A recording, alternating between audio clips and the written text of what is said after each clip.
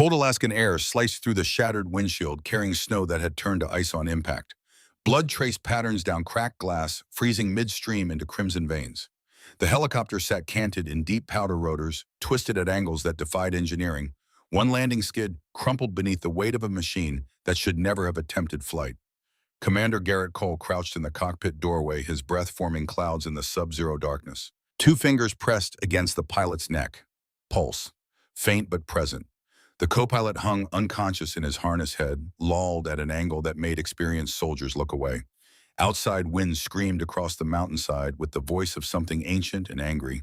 Inside, silence pressed down with physical weight. Cole straightened.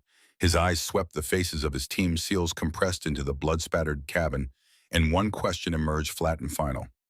"We need a pilot. Now." No one moved. "Anyone with flight hours speak up or we're dead." 8 seconds passed, the kind that stretch and distort until they become something other than time. Somewhere in the distant tree line, gunfire cracked twice. Militia, closing in, Cole's jaw set like concrete. "Anyone?" In the rear corner, wedged between gear bags and medical supplies, Hospital Corpsman First Class Reese Vaughn sat with knees drawn tight. Between her palms, something small glinted, a tarnished coin, edges worn smooth by years of desperate gripping. Even in the emergency lighting's red wash, the hand-engraved inscription remained legible to anyone close enough to see. "NF Clear Skies. Always." Reese's lips moved soundlessly. The coin slipped once, twice.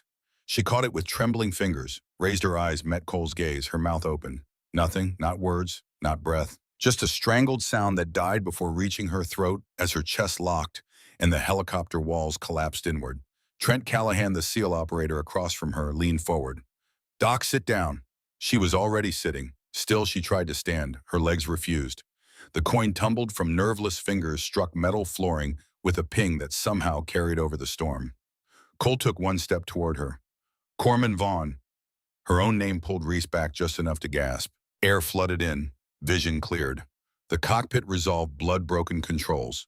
Mason Greer's shoulder torn open and bleeding through the tourniquet she'd applied herself. She stared at her hands. Someone else's blood covered them. Cole's voice cut through again. "Vaughn, I need you to answer me. Can you fly?" Reese's mouth worked. Closed. Her head gave one tiny shake, barely perceptible. Then everything went black. Not unconsciousness, just the cut, the transition, the shift. When light returned, it came with harsh fluorescent glare and the antiseptic smell of a medical bay 36 hours earlier. The staging area carried the scent of disinfectant mixed with stale coffee. Metal tables lined walls, gear stacked in precise rows, boots caked with mud from the last training operation drying near industrial heaters. Reese Vaughn stood at the far sink, scrubbing blood from trauma shears underwater, hot enough to redden skin. The blood wasn't real. Training simulation. Synthetic wounds rehearsed panic stakes that only existed on paper. But the shears still needed cleaning, and Reese cleaned them the same way she cleaned everything, slow, methodical, focused on the task until nothing else registered. Behind her, the door banged open. Voices filtered in, male, loud, the particular exhaustion that follows 12 hours in mountains carrying 80 pounds of gear and pride. "That valley route's a nightmare," someone said. "Ankle breakers every 10 feet. "Could have been worse," another voice replied. "Could have been live rounds instead of blanks." Laughter erupted, the kind that releases tension dark around its edges. Reese kept her eyes on the shears on the serrated edge, where synthetic blood had dried in microscopic grooves. Her hands moved in small circles. Wipe, rinse, repeat. The conversation continued, words fading into white noise. She excelled at this, being present without being noticed, a skill refined over months into something approaching art. Then the sound came. Outside, distant but unmistakable. The heavy whoomp, whoomp, whoomp of rotor blades beating air. A helicopter lifting from the far pad, probably routine supply run or medevac drill. Reese's hands froze mid-motion. The shears slipped, clattered into the metal sink with a crash that rang through the small room like a gunshot. Every head turned. Trent Callahan stood near the door, still in full gear, helmet tucked under one arm. He watched Reese's hands gripping the sink edge hard enough to blanch her knuckles. Watched her shoulders go rigid. "Jumpy medic," Trent said. Not loud, just loud enough. "Real confidence builder, Doc."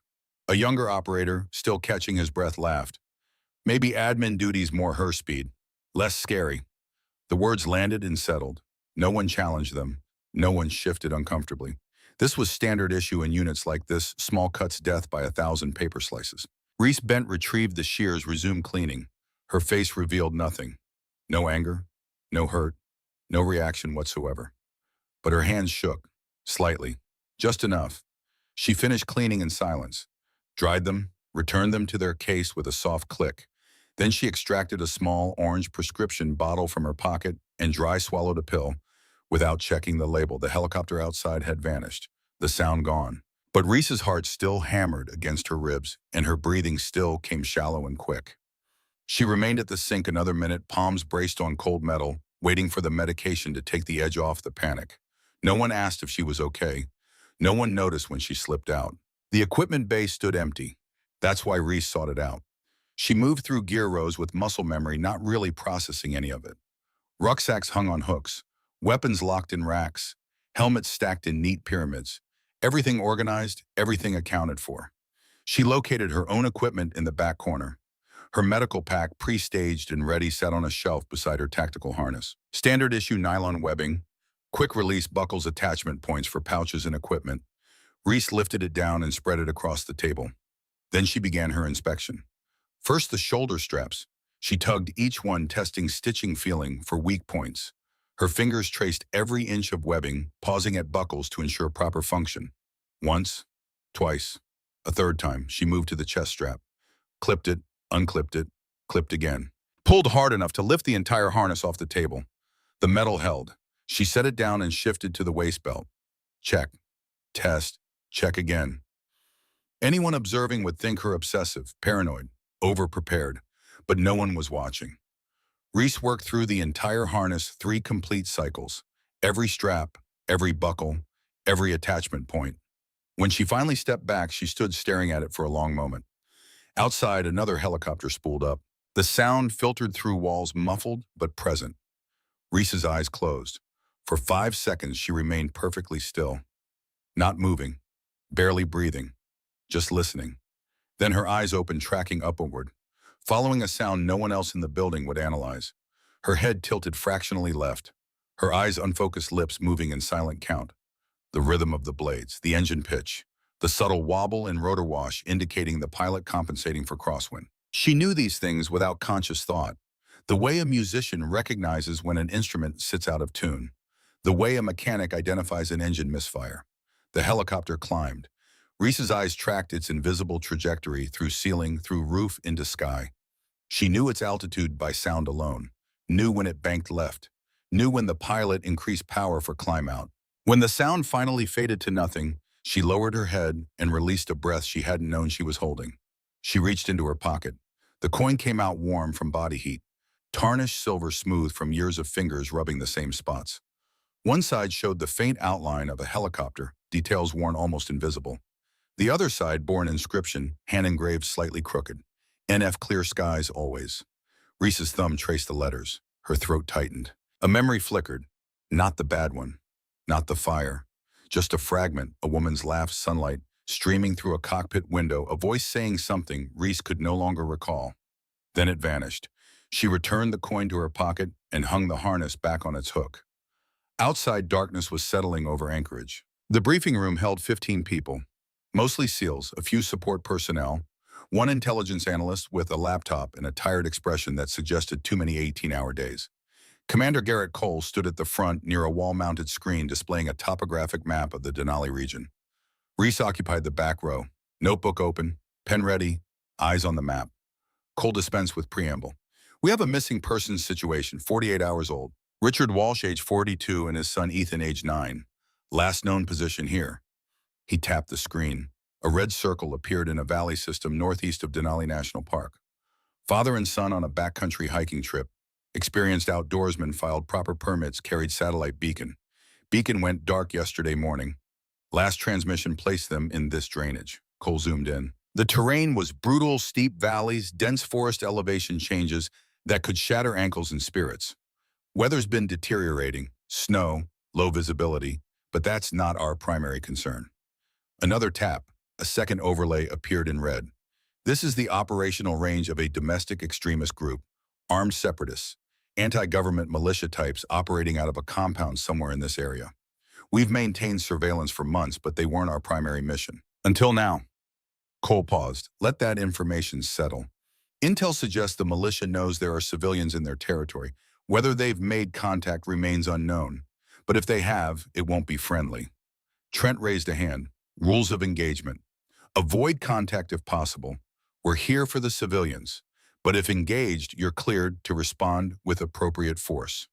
Appropriate force. Military euphemism for don't start a firefight, but finish one if necessary. Cole continued. Blizzard's moving in tonight. We've got a 4-hour window, maybe 5 if luck holds. After that, nothing flies. We insert by helicopter, locate the civilians, extract, and get out before weather socks us in completely. He scanned the room. This is search and rescue with potential combat complications. Stay sharp. Reese wrote notes. Probable injuries, exposure, hypothermia, frostbite, trauma from falls or wildlife encounters. Her medical bag would need extra thermal blankets, glucose warming packs. She focused so intently on her list that she nearly missed the next part. We lift in 90 minutes. Mason's flying lead bird, Blake's his co-pilot, Holland's crew chief. Everyone else loads heavy, cold weather gear, weapons, ammunition. This is not a drill. Reese's pen stopped moving. 90 minutes, helicopter. Her chest constricted. The pill from earlier had worn off. She could feel panic's edge creeping back and cold fingers reaching for her throat. Cole concluded the briefing. People stood. Conversations started. Reese remained seated, staring at the map, trying to calculate if any possible way existed to complete this mission without a helicopter. There wasn't. She closed her notebook and left before anyone could ask questions. The Blackhawk sat on tarmac under harsh floodlights, rotors already turning in slow, lazy circles. The sound was everywhere in the air and the ground in Reese's chest where her heart attempted to beat its way through her ribs. She stood 20 feet away, med bag slung over one shoulder, observing the crew complete pre-flight checks. Mason Greer moved around the aircraft with practiced efficiency. Chief Warrant Officer, 15 years flying rotary wing. The kind of pilot who made it look easy because he'd performed these motions 10,000 times. He checked the tail rotor landing gear, external fuel tanks. His lips moved, counting, running through a mental checklist that had become second nature. Reese watched his hands, the way he tested collective pitch links, the way he leaned in close to inspect a hydraulic line, the way he paused for half a second at the door before climbing into the cockpit, fingers trailing along the frame like greeting an old friend. She knew those movements, had made them herself years ago in a different life. Blake Hendricks, the co-pilot, climbed in after Mason. Younger, less experienced, but competent. He pulled on his helmet and began flipping switches on the overhead panel. Derek Holland, the crew chief, conducted a final walk-around. Staff Sergeant 28 built like someone who spent off-duty hours in the gym. He checked the cabin, secured loose gear, tested door mechanisms. Everything was routine. Textbook, safe. Reese's hands shook anyway. Senior Chief Wade Brennan materialized beside her, 42 years old, silver, starting to show at his temples, the kind of man who'd seen enough combat to recognize when someone was holding themselves together with willpower and nothing else. He didn't speak immediately, just stood there watching the helicopter with her. After a moment, he spoke. "You done this before?" Reese knew what he meant. Flown, been in helicopters, but she answered the question he'd actually asked. "Yeah." "Recently, no." Brennan nodded, pulled a piece of gum from his pocket, unwrapped it, folded it into his mouth. "Safest way to travel statistically." Reese almost laughed. Almost. "That's commercial planes, not military helicopters." "True enough." Brennan chewed his gum. "But Mason's good. Best pilot in the unit. He'll get us there and back." Reese wanted to believe that. Wanted those words to settle into the tight knot of fear in her stomach and loosen it just slightly. But statistics didn't matter when you'd already beaten the odds once and lost everything. "Time to load up," Brennan said, not unkindly. Reese nodded, forced her legs to move. One step, then another. The other SEALs were already boarding. Trent climbed in, followed by 2 others. Gear got shoved into corners. Weapons secured, everyone finding their positions in the cramped cabin. Reese was last. She paused at the door. Her eyes went to the cockpit, to the instrument panel glowing softly in the darkness. Fuel flow gauge, torque meter, engine temperature, hydraulic pressure. She knew every single one. Derek noticed her standing there.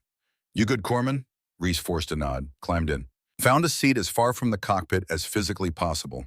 Wedged herself between her med bag and the bulkhead. Clipped her harness, then checked it. Click. Release. Click. Trent, sitting across from her, watched with an expression somewhere between amusement and concern. First time in a bird dock, Reese didn't answer. She pulled the harness straps tight, so tight they cut into her shoulders. The pressure helped, made her feel anchored, real. She slipped one hand into her pocket, felt the coin's reassuring weight. The turbines whined. The sound shifted, deepened. Mason's voice came through internal comms, calm and professional. Crew pre-flight complete. We're spooling up. The rotors increased speed. The whole aircraft began to vibrate. That particular frequency that meant everything was working. Everything was normal. Everything was fine. Reese closed her eyes, tried to breathe. 5 counts in, hold. 5 counts out. It wasn't working. Her heart raced. Her palms sweated despite the cold. The helicopter walls pressed in smaller and smaller until she couldn't distinguish where the aircraft ended and her own body began. A flash behind her eyelids. Fire. Alarms. Nora's voice screaming her name. Reese's eyes snapped open. Trent was still watching her. This time his expression had shifted. Less mockery, more genuine concern. Hey, he said, quiet enough that only she could hear. You really okay? Reese met his eyes, lied with her entire face. Fine. The helicopter lifted. For 1 second, the skids remained in contact with the ground. The next, they weren't. That transition, that moment of leaving Earth, felt like falling upward into void. Reese's fingers dug into her harness straps hard enough to hurt. Outside the window, anchorage dropped away. Lights became smaller. Streets became lines. Buildings transformed into abstract boxes. The world became something distant and unreal. Mason's voice came through again. Crew were airborne. Flight time to AO is approximately 45 minutes. Weather's degrading faster than forecast. We'll have about 90 minutes on site before we need to be wheels up for extract. Copy that, someone responded. Reese didn't trust herself to speak. The helicopter banked left and her stomach lurched. Not from the motion, from memory, from the feeling of controls under her hands and the knowledge of exactly what inputs Mason was making to produce that turn. Left pedal, cyclic pressure. Slight collective adjustment to maintain altitude. She knew it like she knew her own heartbeat, and that knowledge was a curse. The city fell behind. Mountains rose ahead. Even in darkness, they were massive, ancient, indifferent to the small machine, carrying fragile humans through air that could kill them in a dozen different ways. Reese kept her eyes open, forced herself to look, to see snow-covered peaks, deep valleys carved by glaciers that had been grinding stone for millennia. Forests so dense they looked black from above. Beautiful, deadly, utterly unforgiving. Derek Holland moved through the cabin, checking gear, ensuring nothing had shifted during takeoff. He paused next to Reese. Need anything, Doc? She shook her head, didn't trust her voice. Derek nodded and moved on. The flight continued. Minutes passed. The aircraft's vibrations settled into a steady rhythm. Some of the SEALs closed their eyes. Others stared out windows. Trent cleaned his rifle movements, automatic hands busy with familiar routine. Reese sat perfectly still. She counted breaths, counted rivets in the bulkhead across from her, counted anything she could count to keep her mind from wandering to places it couldn't return from. Then the aircraft shuddered. Just once. A bump of turbulence. Nothing unusual, nothing dangerous. But Reese felt it in her bones, felt the way the helicopter dropped half a foot and caught itself, felt the micro adjustments Mason made to compensate. Collective down slightly, cyclic forward a fraction power increase. And in that instant, her mind wasn't in this helicopter anymore.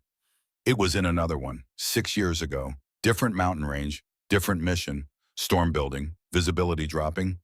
Decision point, Nora's voice in her headset. We can push through, 5 minutes to checkpoint. And Reese, aircraft commander, making the call. Negative, we're IRTB. Weather's too bad.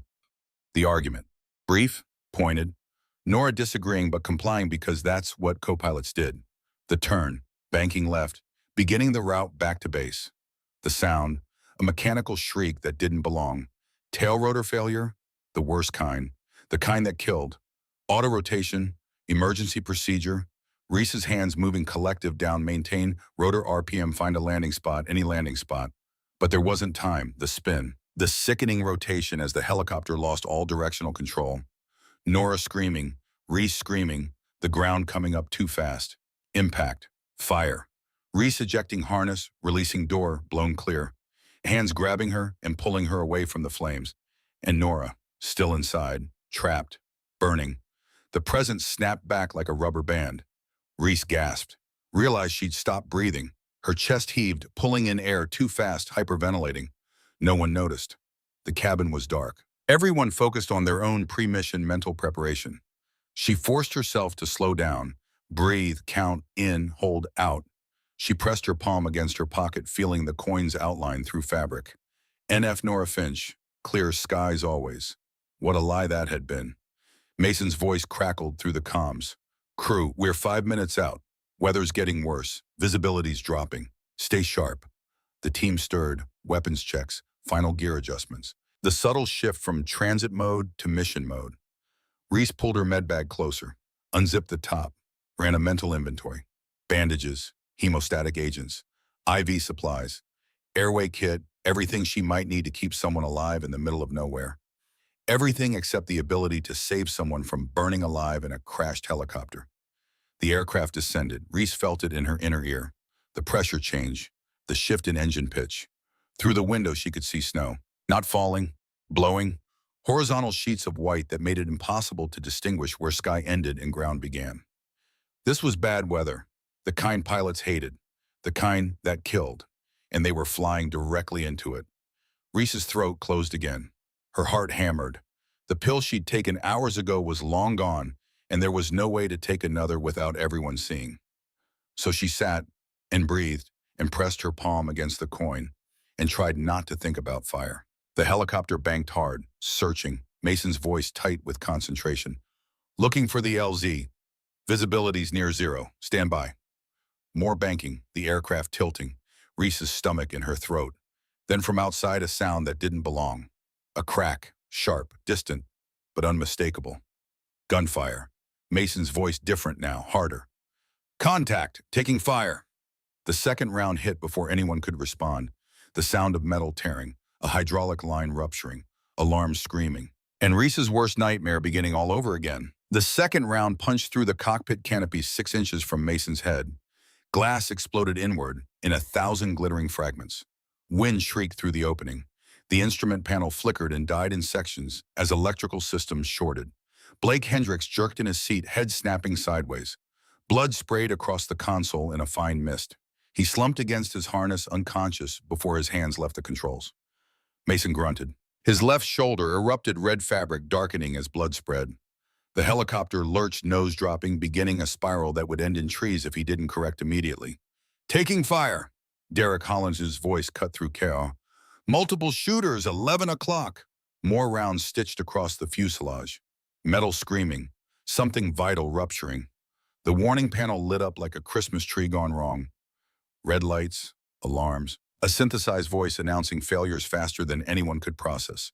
Hydraulic pressure dropping. Engine temperature critical. Tail rotor degradation. Reese was moving before conscious thought caught up.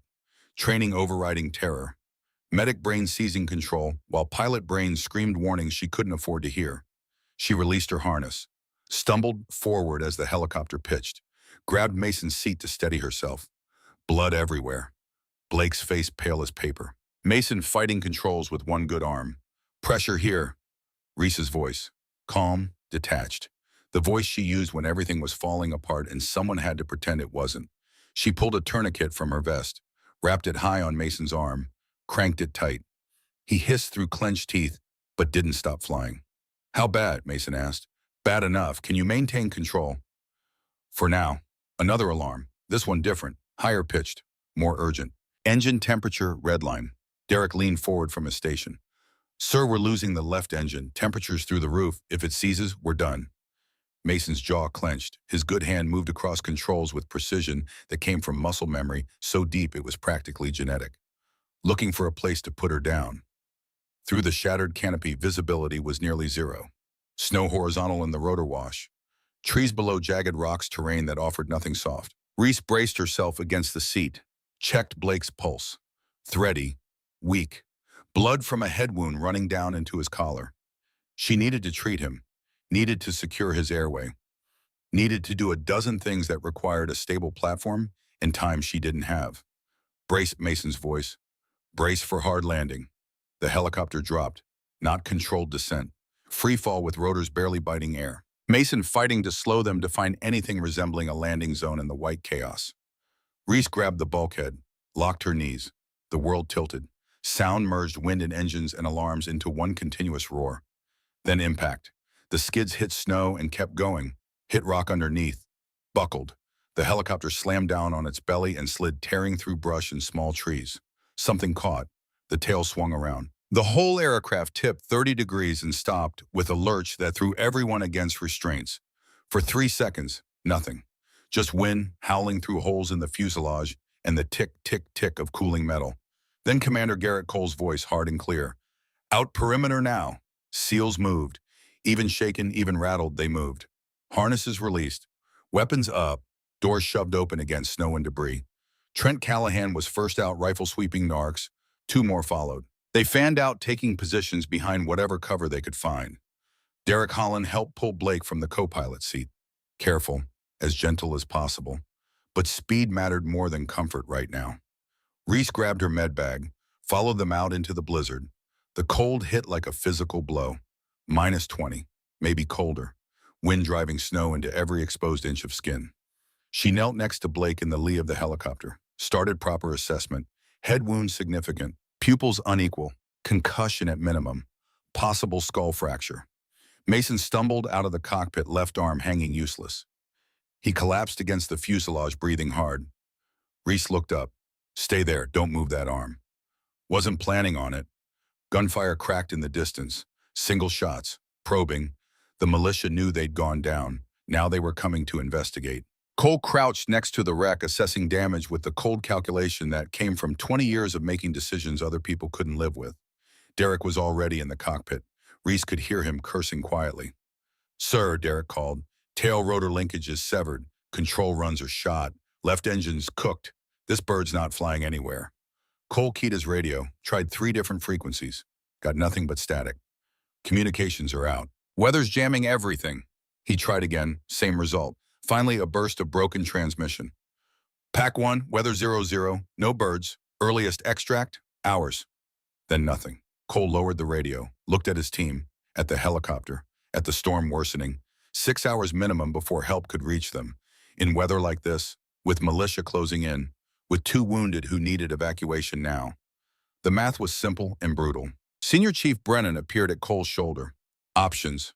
We could try to move on foot, push for alternate extraction point. In this weather with wounded, we wouldn't make 2 kilometers. Cole nodded. He already knew. But sometimes you had to voice the impossible options just to confirm they were impossible. He moved to the cockpit, looked inside its shattered instruments. The blood, the bent metal. Then he looked at Derek. Can you get us airborne? Derek's expression said everything, but he answered anyway. Sir, even if we had full hydraulics in both engines, I've got 65 flight hours. Basic qualification only. No combat experience. And this bird's got maybe 1 engine left, compromised controls, and a tail rotor hanging on by hope and physics. That's not what I asked. Derek swallowed. No, sir, I can't fly this. I'd kill us trying. Cole stepped back, turned to face the entire team. Seals crouched behind cover. Reese working on Blake. Mason leaning against the fuselage, face gray with pain. The question came out flat, final. The kind that divided the world into people who could help and people who couldn't. Anyone else have rotary wing experience? Anything at all? Silence, the wind howled. Somewhere in the tree line, a branch snapped under Snow's weight. Cole waited, counted to 10. His eyes moved from face to face. Anyone. Reese's hand stopped moving. She was elbow deep in Blake's med kit, but her fingers had gone still on a package of gauze. Everyone was looking at each other, Seals exchanging glances, shaking heads. The kind of silence that meant no one had the answer Cole needed. No one except the person who'd been trying very hard not to be noticed. Reese stood, slowly. Her knees shook. Not from cold. Every eye shifted to her. She opened her mouth, tried to speak. Nothing came out except a sound halfway between a word and a gasp. Trent's voice not unkind. Doc, sit down. But Reese was already standing. She clenched her fists, unclenched them, tried again. The word barely made it past her lips. Her throat closed, panic rising. The helicopter behind her suddenly looked like a different helicopter. The snow became smoke. The wind became rotor wash from a bird going down. Senior Chief Brennan took a step closer, his voice gentle. Reese, breathe. What were you? She shook her head. Couldn't say it. The words physically would not form. Mason Greer, leaning against the wreck with a tourniquet on his arm and blood soaking through his flight suit, turned his head, looked at her with eyes starting to glaze from blood loss. "Corpseman," he said. "Quiet. Your last name's Vaughn." Reese met his eyes, nodded, just barely. Mason's brow furrowed. Working through something. Pain made it hard to think, but he was thinking anyway. Fort Carson, 2019. Army Aviation Training Rotation. The world seemed to stop. Even the wind held its breath. There was an instructor, auto-rotation specialist, best I ever saw. Name was Vaughn. Nobody moved. Mason's eyes focused with effort. "That was you." Not a question, a statement. Reese's hands were shaking so hard now, she had to clasp them together to keep them still. Her breathing came fast and shallow, hyperventilating. She knew the signs, knew she was spiraling, couldn't stop it. "Wait," Trent said. He stood from his position behind a snowdrift. "Doc's a pilot." Reese shook her head violently. "Was. Not anymore. I can't. I haven't flown in 6 years because—" She stopped. Couldn't finish. Cole took 3 steps toward her. "Corpsman Vaughn, can you fly this aircraft, yes or no?" "I don't know." The words came out too loud, too raw. "I haven't touched controls since—" "Since what?" A flash behind Reese's eyes. Fire. Nora's face. The sound of metal tearing. "Since I killed my co-pilot." The words fell like stones. Heavy. Final. Irretrievable. Everyone stared. Cole's expression didn't change. He processed the information the way he processed everything. Without emotion. Without judgment. Just data. Mechanical failure or pilot error. "Does it matter?" Reese's voice cracked. "Yes." "Mechanical. Tail rotor. We were in a turn. RTB. Because of weather, the linkage failed. We went into uncontrolled spin. I tried to auto-rotate, but there wasn't enough altitude. We crashed. I ejected. She didn't." Reese's chest heaved. She couldn't get enough air. The world narrowed to a tunnel, black edges creeping in. Her name was Nora. Captain Nora Finch. She was 28. She trusted me. I was aircraft commander. And she burned to death because I made the wrong call. Mason, through pain, through blood loss, through everything, said quietly, "You made the call to turn back. That's why you lived." "She didn't. But the board cleared you." "The board wasn't in the cockpit." Reese's voice echoed off the mountainside. Came back empty. Cole let the silence settle, counted 3 breaths, then spoke. "I need you to make another call right now. Can you fly or not?" Before Reese could answer, a new sound cut through the storm. Voices, distant, getting closer. And underneath them, the unmistakable sound of someone in pain. "Help, somebody help us." Derek Holland spun toward the sound rifle up. Through the snow, shapes appeared. 2 of them. One tall, stumbling. One small, being half carried. Cole made a hand signal. 2 SEALs moved forward, weapons ready. 30 seconds later, they emerged from the white, carrying a man and a boy. Richard Walsh, 42 years old, looked like he'd aged a decade in 2 days. Frostbite on his cheeks, eyes hollow with exhaustion and fear. He clutched his son like a lifeline. Ethan Walsh, 9 years old, wasn't crying. That was the worst part. Kids that hurt usually cried. When they stopped, it meant something bad. Trent and another SEAL laid the boy down in the snow. Even in darkness and blowing snow, the damage was obvious. His left leg was mangled. Not from a fall, from a trap. Steel jaws had closed on his calf, and he'd been dragged through the mechanism before his father got him free. Metal had torn through muscle and scraped bone. Blood soaked through makeshift bandages. His face was white, lips blue. Reese dropped to her knees beside him without thinking. Medic brain overriding everything else. "What's his name?" "Ethan," Richard said, voice hoarse. "Please, I tried to stop the bleeding, but—" "You did good. I've got him now." Reese's hands moved, cutting away ruined bandages. Assessing. The leg was bad, worse than bad. Without proper surgery, within 2 hours he'd lose it. Maybe bleed out before that. She pulled supplies from her bag. Hemostatic gauze. Pressure bandages. A fresh tourniquet. "Hey, Ethan," she said, calm, controlled. "I'm Reese. I'm going to help you. This is going to hurt. Can you be brave for me?" The boy nodded, tears on his cheeks frozen in place. She worked, fast, efficient, stopped the worst of the bleeding, stabilized what she could. It wasn't enough. Not nearly enough. But it bought time. Richard knelt in the snow watching. There were men with guns. They were hunting us. Said we were trespassing. We ran. Ethan stepped in that trap. I got him out, but they were coming. We hid. Waited. Then we heard the helicopter crash. How long ago did he get hurt? Reese asked. Richard's eyes were haunted. 18 hours. Reese's hands stilled for just a second. 18 hours. Massive trauma. No antibiotics, no surgical intervention in this cold. She looked up at Cole, met his eyes. Cole saw it, read it in her expression. Understood, without words, what the timeline meant. He pulled Reese aside, 5 feet from the others. Enough for privacy, not enough to be out of earshot if someone was listening. As a medic, Cole said quietly, what's his timeline? Reese glanced back at Ethan, at Richard holding his son's hand. 90 minutes, maybe 2 hours before the damage is permanent. After that, even if we save his life, he loses the leg. And as a pilot, can you fly us out of here? The question landed like a punch.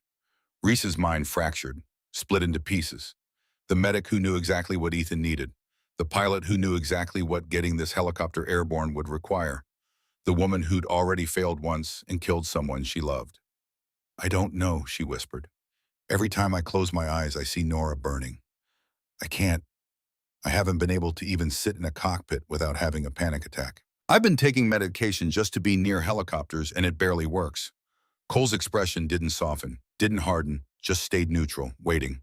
Here's the reality, he said. If you don't fly, we wait 6 hours for extraction. Ethan loses his leg at minimum. Probably dies. Militia finds us before that, good chance we all die. If you do fly and crash because of your trauma, same result. Everyone dead. He paused. Let that sink in. But if you fly and succeed, everyone lives. So I'm not asking you to be brave. I'm not asking you to get over your trauma. I'm asking you to do the math. What kills fewer people? Reese stared at him, at the absolute lack of sympathy in his voice, at the brutal pragmatism that came from making impossible choices for so long they stopped being impossible and just became choices. You're asking me to risk everyone's life on whether I can keep it together long enough to fly. Yes. What if I can't? Then we all die. But we're dying anyway if you don't try. At least this way there's a chance. Somewhere in the distance, gunfire cracked. Single shots. The militia. Getting closer. Behind them, Ethan made a sound. Small. Weak. The sound of a child who'd used up all his strength and had nothing left but pain. Reese's nails dug into her palms hard enough to leave crescents. She looked at the helicopter, at the shattered cockpit, at the blood on the seats, then at Ethan, then at her own hands. Hands that had pulled Nora's dog tags from the wreckage. Hands that had been given a coin at a memorial service. Hands that had sworn to save lives because she couldn't save the one that mattered most. I need 10 minutes, she said. Cole nodded once. You've got 5. He walked away, left her standing there in the snow with a choice that wasn't really a choice at all. Reese moved to the helicopter, stood at the cockpit door, stared at the pilot's seat like it was a grave she'd been avoiding for 6 years. She reached into her pocket, drew out the coin. The inscription caught what little light filtered through the storm. NF clear skies always. Nora's handwriting, given to Reese the day they graduated flight school together. A promise, a hope, a future that lasted exactly 4 years before it ended in fire. Reese's fingers traced the letters. Her vision blurred. I'm so sorry, Nora, she whispered. I'm still so scared. Every day, every time I hear a helicopter, I want to run. And now there's a kid here who sounds like you did that day, and I couldn't save you. Her voice broke. Maybe I can save him. She closed her fingers around the coin, held it tight enough to feel the edges bite into her palm. Then she climbed into the cockpit. The seat was still warm from Mason's body heat, still wet with his blood. The controls were stecky, the instrument panel half dead. Everything wrong, everything broken. Reese settled into the seat. Her hands hovered over the collective and cyclic. Not touching, not yet. Just hovering, trembling so badly she could see them shake in the red emergency lighting. A flashback slammed into her. Nora's voice. Pull up! Pull up! Reese gasped, jerked her hands back. Mason appeared in the doorway, wounded, pale but conscious. He leaned against the frame, his good arm braced to keep himself upright. Reese, he said, quiet. Listen to me, not to the memory, to me. She couldn't look at him, couldn't look at anything but her shaking hands. I can't do this. You already are. You've been doing it since you boarded back at Anchorage. I watched you. During pre-flight, your eyes tracked every move I made. You were running the checklist in your head. Muscle memory isn't enough. Then use your fear. You're scared of crashing. Good. That'll make you careful. That'll make you check everything twice. That'll keep you sharp. Reese shook her head. Nora died in a crash. If I crash now, then that kid dies because you didn't try. Is that what Nora would want? The question landed like a blade between ribs. Reese closed her eyes, breathed, counted to 5. When she opened them, her hands were still shaking, but they were moving toward the controls, close enough to touch. Talk me through it, she said, voice barely above a whisper. Step by step. Don't let me think. Just tell me what to do. Mason nodded, settled himself against the doorframe, conserving what strength he had left. Battery on. Reese's hand found the switch, flipped it. The instrument panel flickered. Half the gauges still dead, but half was better than none. Fuel pump. Another switch. A PU start. She pressed the auxiliary power unit starter. The sound of the engine trying to catch. Failing, trying again. Then it caught, a rough idle, not smooth, not healthy, but running. Good, Monsieur Mason said. Now the main engine, left one's dead, right engine only. You'll have reduced power, but it should be enough. Reese's hand moved to the ignition, paused. What if it doesn't start? Then we wait to die, but you won't know unless you try. She pressed the starter. The engine coughed, sputtered. Alarms screamed about temperature and pressure and a dozen other things that were wrong. Reese released the starter immediately. Stop, she said. Give it a second. She exhaled slowly. No panic, no rush. She adjusted 2 switches Mason couldn't see, but she knew by heart. Tried again. The engine caught, rough, grinding, but running.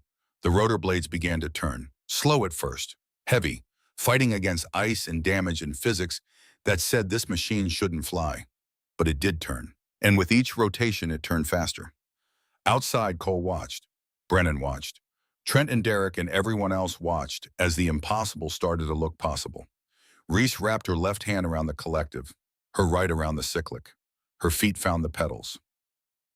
And for the first time in 6 years, Hospital Corpsman First Class Reese Vaughn became what she used to be. She became a pilot, but she wasn't alone. In the back of her mind, in the place where fear lived, she heard Nora's voice. Not screaming, not burning, just saying what she always said before a flight. Clear skies, Reese. Even in the storm. Even in the darkness. Clear skies. The collective felt wrong in Reese's grip. Too light where it should have had weight. The hydraulic feedback that made flying feel like partnership with a machine was gone. What remained was dead metal and desperate hope. She eased it upward, half an inch, then another. The rotor blades accelerated. The sound shifted from labored grind to something approaching operational. Not smooth, not healthy, but closer. The helicopter shuddered. Vibration rattled through the airframe. Loose panels buzzed. The whole aircraft felt like it might shake itself into pieces. Reese's eyes tracked the engine temperature gauge. Climbing. Fast. Too fast. Temps are spiking, she said. Mason leaned closer, reading over her shoulder despite the pain. I see it. We don't have a choice. We need to get airborne. If that engine seizes in the air, then we crash. But if we stay here, we die anyway. Militia's 300 meters out, maybe less. As if to punctuate his words, gunfire cracked in the distance, closer than before. 3 shots. Deliberate, not random. Cole appeared at the cockpit door. Vaughn, we're out of time. Reese nodded, brought the collective up another inch. The skids shifted, creaked against snow and rock. The helicopter wanted to lift, but couldn't quite commit to leaving the ground. Derek Holland's voice from outside. We're too heavy. All the gear, full weapons load, everyone aboard. She's over max gross weight. Cole didn't hesitate. Dump everything non-essential. Ammo we're not carrying, extra water. Packs, move. SEALs scrambled. Rucksacks hit the snow. Ammunition cans, water jugs. Equipment they'd carried into the mountains being abandoned in seconds because weight was the difference between flight and death. Reese waited, watched the load lighten through the side mirror, felt the helicopter's balance shift as hundreds of pounds disappeared. Try again, Cole said. She brought the collective up, smooth, steady, the way she'd been taught a decade ago by instructors who thought she had a gift for it. The skids lifted, 1 inch, 2. Then the flashback hit, not a memory, a full sensory assault. The smell of burning fuel, the sound of Nora screaming, the feeling of controls going dead under her hands as the tail rotor failed and the world began to spin. Reese gasped. Her hand jerked on the collective, dropped it. The helicopter slammed back to earth. The impact jarred everyone inside. Blake groaned. Ethan cried out, Vaughn! Cole's voice, sharp, but Reese couldn't hear him. She was 6 years in the past, in a different cockpit, watching Nora try to reach the door that wouldn't open, watching fire spread, watching her best friend die while Reese floated to Earth under a parachute with a working ejection system. Her breathing came in ragged gasps, hyperventilating. The cockpit spun, her vision tunneled. From the cabin, a small voice, weak, terrified. "Please don't let me die." Ethan, 9 years old, leg mangled, bleeding despite everything Reese had done, running out of time with every heartbeat. The sound of that child's voice cut through the flashback like a blade. Reese blinked. The present came back. The storm, the damaged helicopter, her hands on controls that still worked despite everything. She tightened her grip on the coin still pressed into her left palm beneath the collective. Nora wouldn't want this. Wouldn't want Reese frozen while a child died. Wouldn't want the fear to win. "Clear skies, Reese," she exhaled. Long, controlled. Let the panic drain out through her fingertips. Then she spoke. Not to Cole, not to Mason, to herself. "For you, Nor, for all of them." Her hand settled back on the collective. Steady now, not shaking. She brought it up. The helicopter lifted, grudging, protesting every inch. But lifting. The vibration was worse this time. Something in the drivetrain wasn't balanced. Every rotation of the blade sent shockwaves through the airframe. 1 foot off the ground, 2 feet. The aircraft wobbled, wanted to drift left. Reese compensated with the cyclic. Slight pressure right, pedal input to counter the torque from the single engine. 3 feet, 4. Mason's voice, quiet, coaching. "You're doing it. Hold her steady." The engine temperature needle crept past red line into the danger zone. The area on the gauge marked in red that meant imminent failure. "I know," Reese said before he could warn her. "I see it. If you lose that engine—" "I know." 5 feet, 6. Below Cole gave hand signals. Seals moved with practiced efficiency, loading Blake onto an improvised stretcher. Richard carrying Ethan, everyone boarding in seconds. The helicopter settled lower as weight returned. Reese adjusted, more collective. The engine screamed in protest, temperature climbing. She was flying on borrowed time and stolen power. Every second in the air was a second closer to catastrophic failure. But seconds were all she needed. "Everyone's aboard," Derek called. "Doors secured." Reese didn't acknowledge. Her entire world had narrowed to gauges and controls and the sound of an engine that shouldn't still be running. She eased the cyclic forward. The helicopter's nose dipped. They began to move. Not flying, not really. Just hovering forward, skimming over snow and rock, barely clearing obstacles. The orchard was ahead, flat ground, more cover from the wind. 200 meters, might as well have been 200 miles. The blizzard hit them like a wall, wind shear from 3 directions at once. The helicopter bucked, yawed left. Reese fought it. Right pedal, cyclic correction, collective up to maintain altitude that barely existed. Through the shattered canopy, snow blew directly into her face. Stinging, blinding. She couldn't see, couldn't tell where the ground was or how close they were to hitting it. Flying on instruments that were half dead and instinct she didn't trust. Another flashback tried to surface. Nora's helicopter spinning. The moment control became suggestion and physics took over. No, Reese shoved it down, refused it. Not now, not when people were counting on her. She flew by sound, by the feel of wind on her face, by the way the controls responded and the subtle shifts in engine pitch that told her when she was climbing or descending, even when she couldn't see. 50 meters to the orchard. The trees appeared as dark shapes in the white chaos, barely visible, barely real. Then the alarm, different from the others, more urgent, a tone that meant immediate action required. Hydraulic failure, complete. The controls went heavy in her hands, dead weight. Every input now required force instead of finesse. The cyclic felt like it was set in concrete. "Hydraulics are gone," Mason said, stating the obvious because sometimes you had to name the disaster before you could fight it. "I know," Reese said through gritted teeth. She pulled harder on the cyclic, used both hands, forced the helicopter to respond. The trees rushed up, too fast. She flared, pulled back hard. The nose came up. The helicopter shuddered, hung in the air for one impossible second, then dropped. They hit the ground hard. The right skid collapsed immediately. The helicopter tipped, rolled 30 degrees to starboard. Metal screamed. Something inside the engine compartment exploded with a sound like a shotgun blast. Then everything stopped. For 3 seconds, nothing moved. The engine wound down from a scream to a whine to a tick. Wind howled through holes in the fuselage.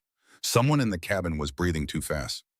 Reese sat frozen in the pilot's seat, hands still gripping controls that no longer controlled anything. Her whole body shaking now. Not fear, adrenaline dump. The crash of coming down from survival mode. She'd done it. They were on the ground. Damaged. Broken. But alive. All of them. Cole appeared at the cockpit door, looked at her, looked at the destroyed instrument panel, looked at the engine temperature gauge that had gone past redline into zones the manufacturer probably didn't even test for. Corpsman Vaughn, he said, formal, military. That was some of the worst flying I've ever seen. Reese turned to look at him, couldn't tell if he was serious. Cole's expression cracked. Just slightly, not quite a smile, but close. It's also the only reason any of us are still breathing. Get out. We need to move before militia finds us. He disappeared. Reese tried to unbuckle her harness. Her hands wouldn't cooperate, shaking too badly. Mason reached over with his good hand, popped the release for her. Come on, he said, we're not done yet. She climbed out of the cockpit on legs that didn't quite work, stumbled, caught herself on the fuselage. The helicopter was destroyed. Skid collapsed. Tail rotor bent at an angle that made it clear it would never spin again. Smoke rising from the engine compartment. But it had gotten them here, 200 meters from where they'd crashed, 200 meters closer to the extraction point. 200 meters, that might be the difference between living and dying. Reese walked around the wreck. Her palm trailed along the metal, like saying goodbye to something that had saved her life by nearly killing her. Then she went back to being a medic. Ethan was laid out on a thermal blanket, Richard beside him.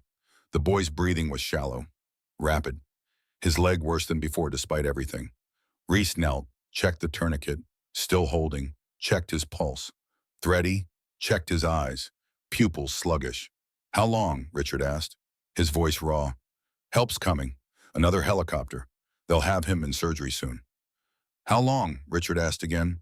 Because fathers knew when you were lying to make them feel better. Reese met his eyes. An hour, maybe 90 minutes. We're running out of time. Richard's face crumpled. He gripped his son's hand. Reese wanted to say something comforting, something hopeful. But she'd learned years ago that false hope was crueler than hard truth. She moved to Blake. The co-pilot was conscious now, groggy, confused, concussed badly enough that he didn't remember the crash. Where are we? He asked. Alaska. You're safe. Don't move. She checked his pupils again. Still unequal. Still concerning, but stable. He'd live. Might have a rough few weeks, but he'd live. Mason was next.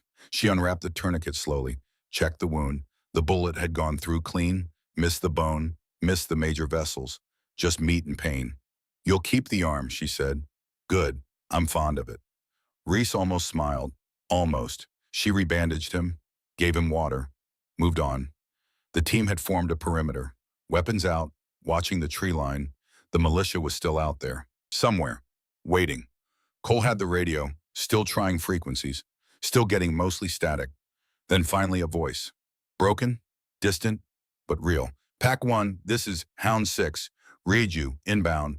20 minutes. Weather break. Window. Cole keyed the transmit button. Greyhound 6 Wolfpack 1. Confirm your inbound with medevac capability. We have 2 urgent surgical multiple wounded. LZ is hot. Militia in area. More static. Then, copy. 1, fast. Be ready. The transmission pod. Cole lowered the radio, looked at his watch. 20 minutes. Maybe less if the pilot pushed it. Maybe more if the weather got worse. Either way, they had to hold. Brennan appeared at Cole's shoulder. Militia's moving. I count 6. Maybe 8. Spread out. They're not rushing. They're hunting. Then we make them work for it. Set up fallback position. Use the helicopter as cover. If they want us, they're going to pay for it. Orders given. SEALs moved. Taking positions. Checking ammunition. The quiet preparation of men who'd done this before and knew exactly what came next. Reese stayed with the wounded. It's what medics did. When everyone else was preparing to fight, medics prepared to save whoever survived. She organized her supplies. What little remained. Bandages, hemostatic agents, morphine. Not enough. Never enough. Trent Callahan came over, knelt beside her.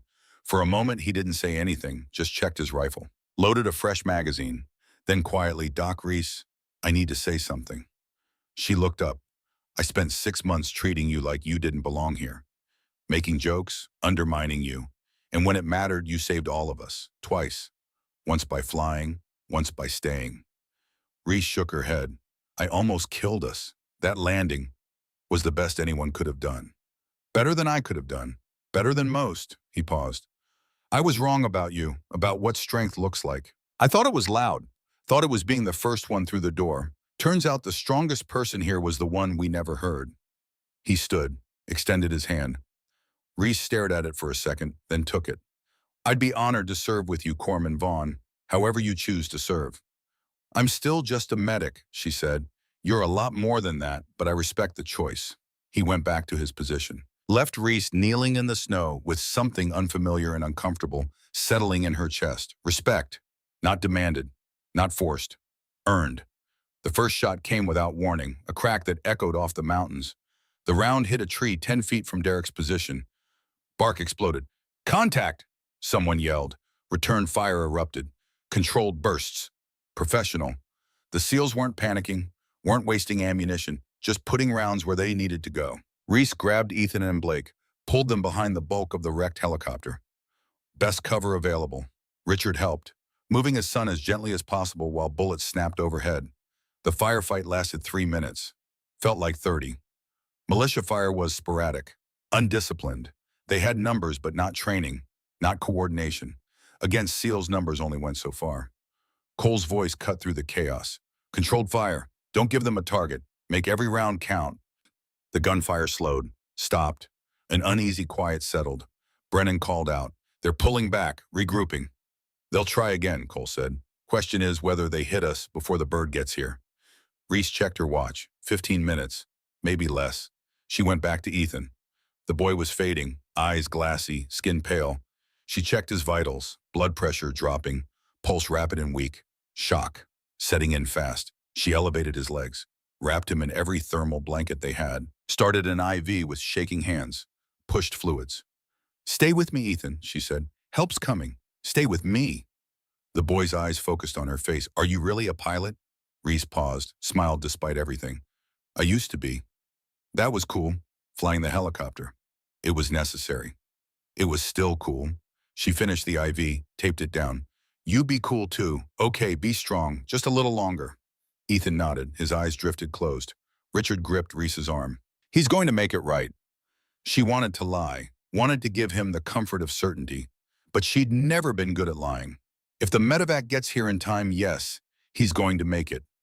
If, the word hung between them. Then in the distance, a sound, faint, growing, the distinctive whump of rotor blades. Everyone heard it, heads turned, hope rising like a physical thing. The helicopter appeared through the storm, a Black Hawk, newer than the one they'd crashed, running lights blazing, coming in fast and low. Militia opened fire immediately. Rounds traced up toward the aircraft. The pilot didn't flinch, didn't abort, just came in hard, flared at the last second, and set down 50 feet from the wrecked bird.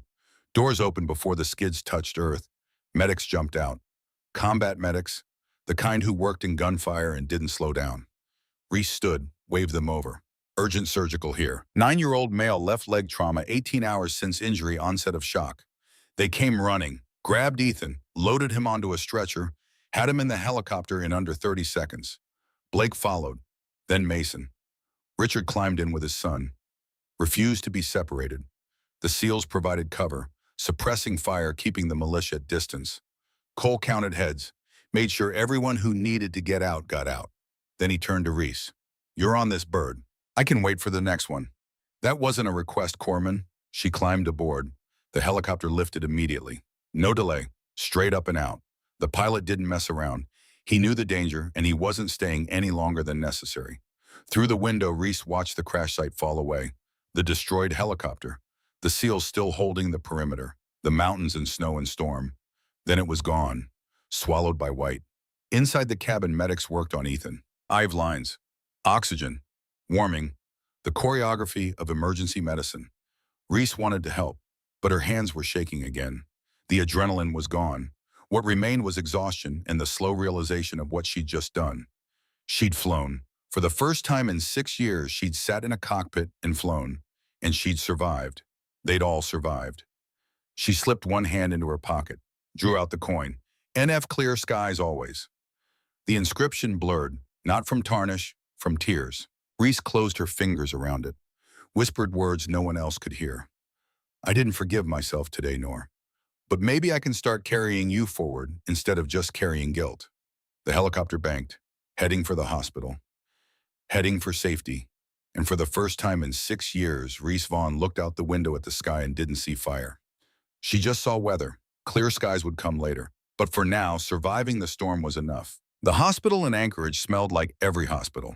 Antiseptic, floor wax, recycled air. Reese sat in the waiting room with a cup of coffee she wasn't drinking, still wearing the same blood-stained uniform from 48 hours ago. 48 hours since the crash. 48 hours of debriefs and paperwork and doctors checking her for injuries she didn't have. The door opened. Commander Gerhalbor walked in, still in uniform, still looking like a man who never stopped working. He sat down next to her, didn't say anything for a moment, just sat. Then, the kid made it. Surgery went well.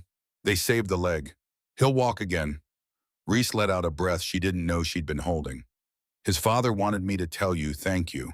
He's waiting outside if you want to talk to him. I don't need I told him you'd see him, 5 minutes. Cole stood, opened the door.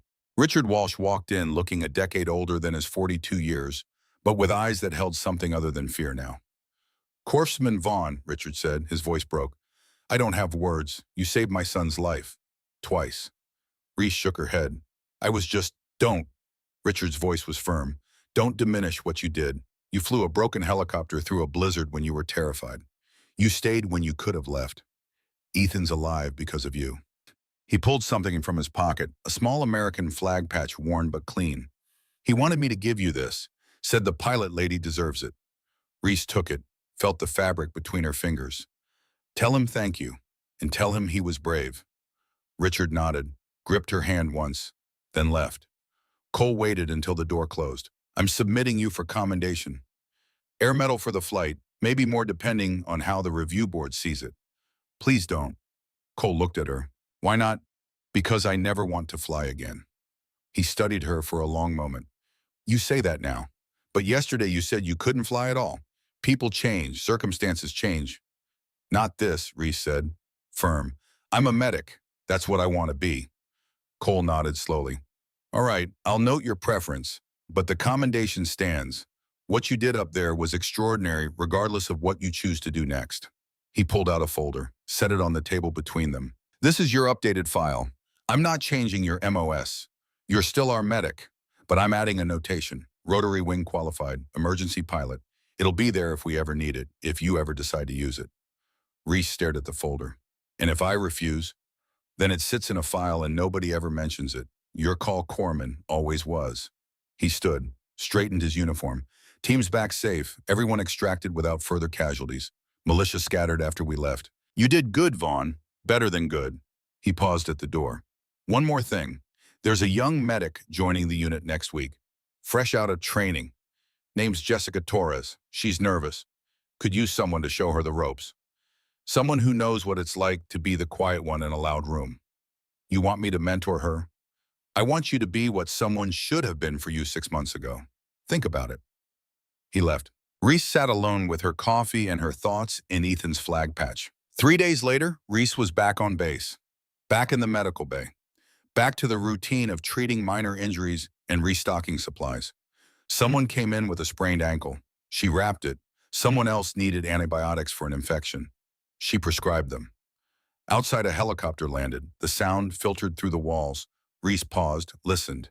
She didn't flinch, didn't freeze. Just listened to the engine pitch and the rotor rhythm and knew without looking that it was a Black Hawk running slightly rich on the fuel mixture. Then she went back to work. That evening, she found herself standing at the edge of the helicopter pad, not running away, not forcing herself, just standing there watching the sunset paint the sky in shades of orange and purple. A helicopter sat on the pad, empty, quiet, just a machine waiting for its next mission. Reese walked toward it, slowly, each step deliberate. She reached out, touched the fuselage, metal cold under her palm. No panic, no flashback, just metal. She let her hand trail along the side as she walked around it, took in every detail.